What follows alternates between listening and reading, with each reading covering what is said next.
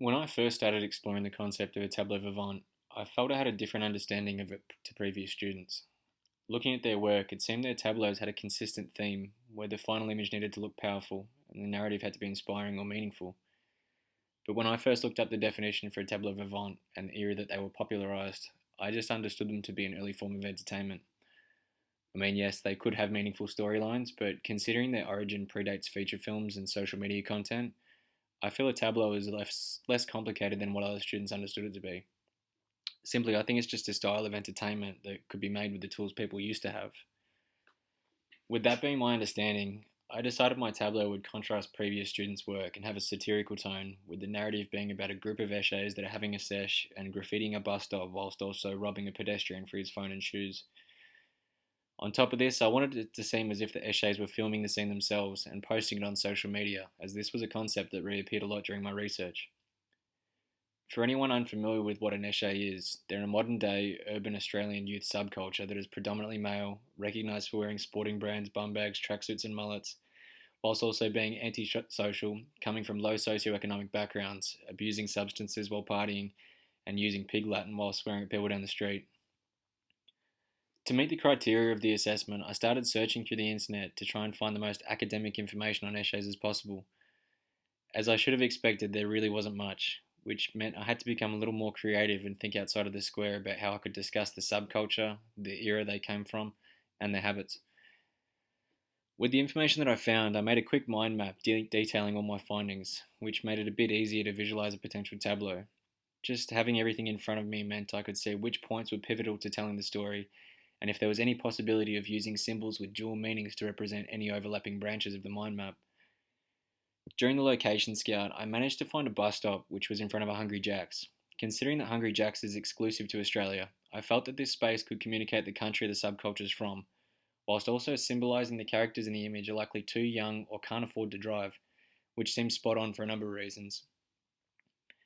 When it came time to start putting all of my ideas into a draft, I was pretty sure of the visual symbols I needed to achieve with the characters. Luckily, I was able to get 4 friends on board to help me with the assessment, and before going out and buying a heap of apparel for each of them, I asked them to check their own wardrobes and put together an outfit that they think an Eshe would wear. Fortunately, most of them were able to do so, which just meant that I had to create a few props and only find one outfit for the final volunteer. Some of the props I brought with me were things like cigarettes, a bong, beer bottles, and this was to represent the party and substance abuse of Eshes. Things like modern technology were used to reiterate the era that it's in, and a few posters that I printed out at Officeworks were used to suggest the stunt was taking place in Australia during approximately 2020.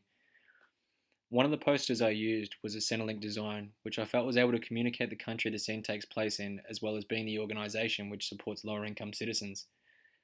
On the day of the photo shoot, I brought with me a brief document that included a props list, names of the people involved, the assessment brief, and my intention for the photo. This is because I had this feeling in the back of my mind that if this image looked realistic enough, it could prompt someone to call the police and report us. Unfortunately, I was right, but the police were pretty receptive of the pack and told us just to collect our props and take off. Although I had prepared a composite sketch of what I wanted the image to look like, when it came time for the shoot, I quickly realised the composition seemed too spread out and the poses were too static. This meant the shoot had to be a bit more improvised and relied on the volunteers adopting their characters' personas. Fortunately, this ended up working out for the best, as the shot I chose for the tableau ended up being one that was impromptu. After the shoot, I spent some time considering feedback from the volunteers, a few other colleagues, and some family members, but ultimately I decided that what I envisioned was going to be what I pursued.